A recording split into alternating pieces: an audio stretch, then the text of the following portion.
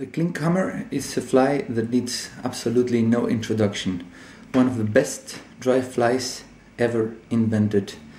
It's imitation of a emerging sedge pupa and quite a tricky one to tie. So let's concentrate on that. Hands to work. Hooks, you can use sizes, let's say 12 to 16. These are special Klinkhamer hooks from Partridge. It's a real good hook. It's a very long shank, and if you see, it has first flat part that is parallel to the floor. So that's a part that is going to stay on the surface of the water while the rest of the body is penetrating inside, and this is the trigger of this fly actually. For the thread, I'm going to use this GSP 50, very thin, very strong, a little bit slippery, tricky to tie with. I start at the eye, tie it in strongly, and park it around halfway of that little flat part of the hook. For the wing post, I'm going to use this poly yarn, white. You can use any colors that you like. Some people prefer some other colors that are more visible top of the water. Just cut an amount enough that you can work comfortably with it, and don't use it all. It's too thick. This one I have here in the hands is too thick. So just take half of it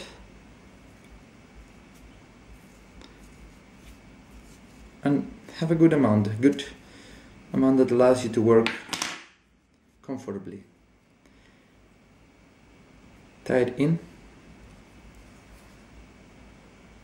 strong into position.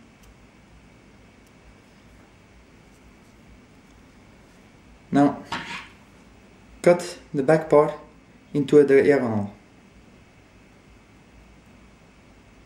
Why? Because this is going to help you to build up the taper of your body. Now you can tie it in.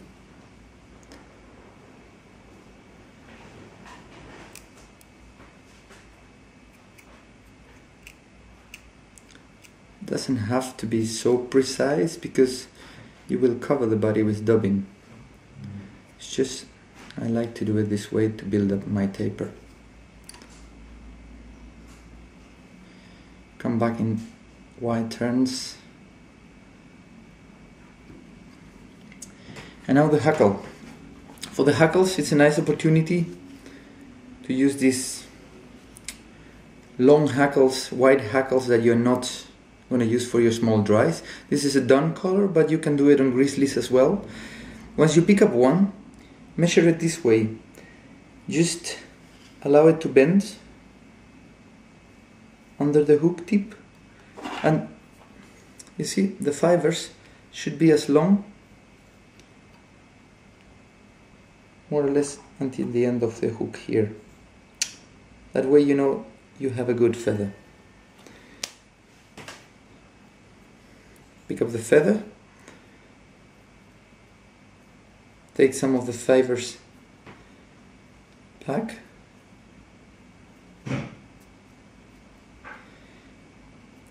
and give yourself a good 2 or 3 millimeters to tie it in. You have a concave, the underside of the feather and the upper side.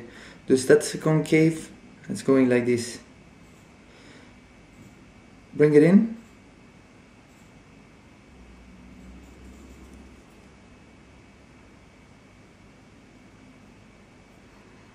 Tie it fixed with a couple of turns, and at this point pick up the whole thing, bend it up, and build up a little post, a little bump of thread there to allow your wing post to stand straight. Go back with your thread, and now your body. This is just a synthetic dubbing, green olive. This is going to be a green. You can dye them in rusties, in cream, and olives and blacks. I would say those are the most effective colors, though they exist today in all colors. Just go dubbing a little bit onto your thread, and you just dub this into to form a tapered body all the way down.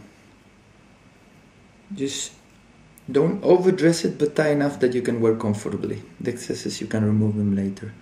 So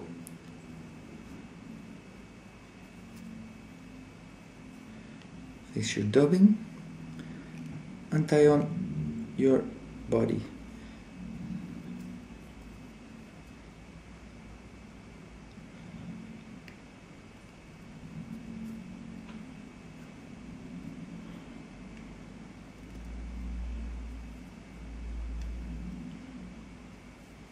It's a tricky thread, it's very slippery. The dubbing sometimes is not getting 100% fixed onto the thread. But yeah, that doesn't matter, because that's the reason why I tie with a thread like this one. It's called the GSP. That is because at this point remove the excesses.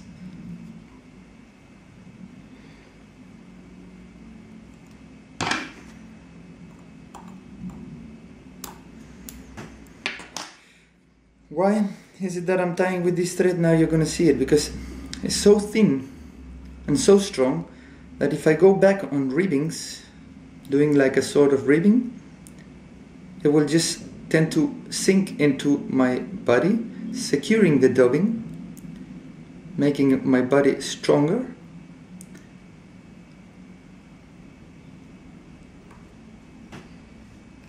See? Now the dubbing is secured, the thread is disappeared, and now I'm ready for my thorax. My thorax, this is Spectra, peacock imitation. It's a Spectra dubbing. Just dub a little bit onto the thread. Don't overdress it, but remember that your thorax has to be a little bit thicker. So, bring it in.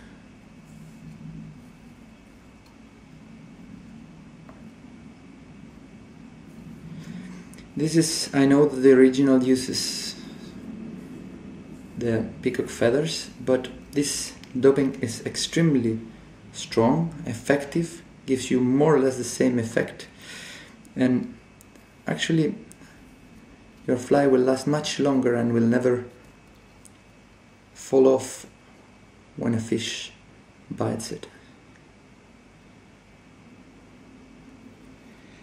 Once you have the body that you want, the bulkiness, the thickness that you're looking for,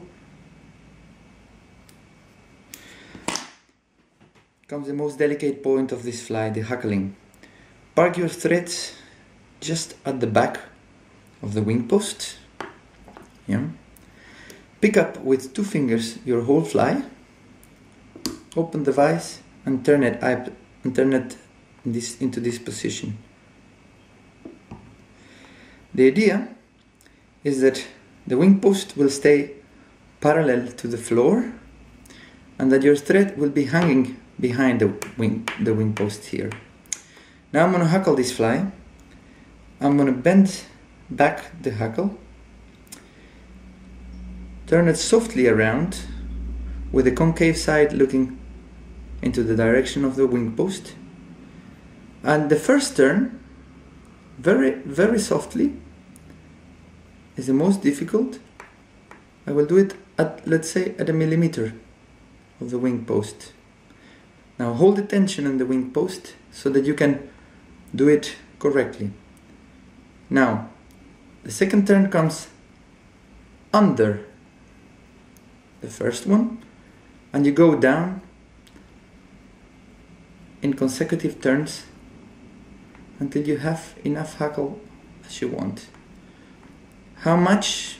That's up to you. Remember that a parachute hackles will hold the fly floating much more effectively than a traditional hackle.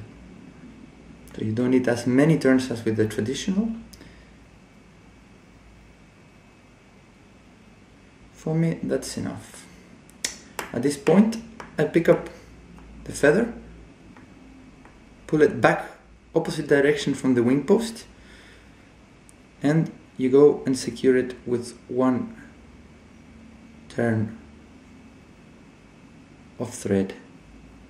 Now, this is the most tricky part of this fly, and is the whip finishing, because to have a perfect parachute you can whip finish it, you must whip finish it under the hackle. I whip finish with my fingers. Be careful to lead your thread always under the parachute. That way you don't catch any fibers. You can do it also with a whip finisher. 3-4 turns, not much. And this is why I prefer to use this thread to tie this fly. When you pull, that thread will suck into the thorax and will disappear, leaving no traces. Hold the hook well. Pull a little bit. Not too much, because you can cut all the material through. It's a very strong thread. And now you can cut the thread. And you can cut the feather.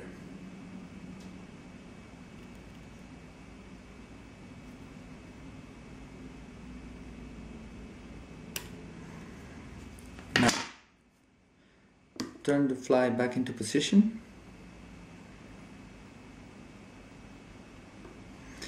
And now trimming the wing post. The length of the wing post is relative. Too long will make your fly out of balance to land on water. Too short will be not as effective and more difficult to see when it's on the water. Now, you can tie it off, or you can cut it off more or less at the length of the tips of your hackle. I do it myself just by looking at it and deciding where is the right place.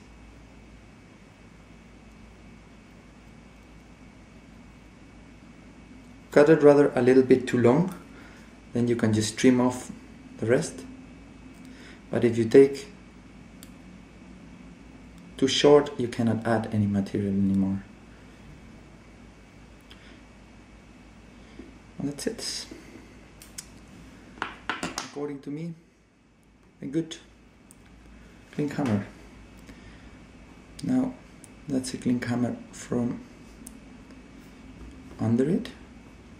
Right. Yeah. So you see, that's what the fish will see from this fly. An insect that is breaking through the surface, and these are the legs of the pupa that are holding out of the tension of the surface, trying to break through. That's the view of your parachute from on top.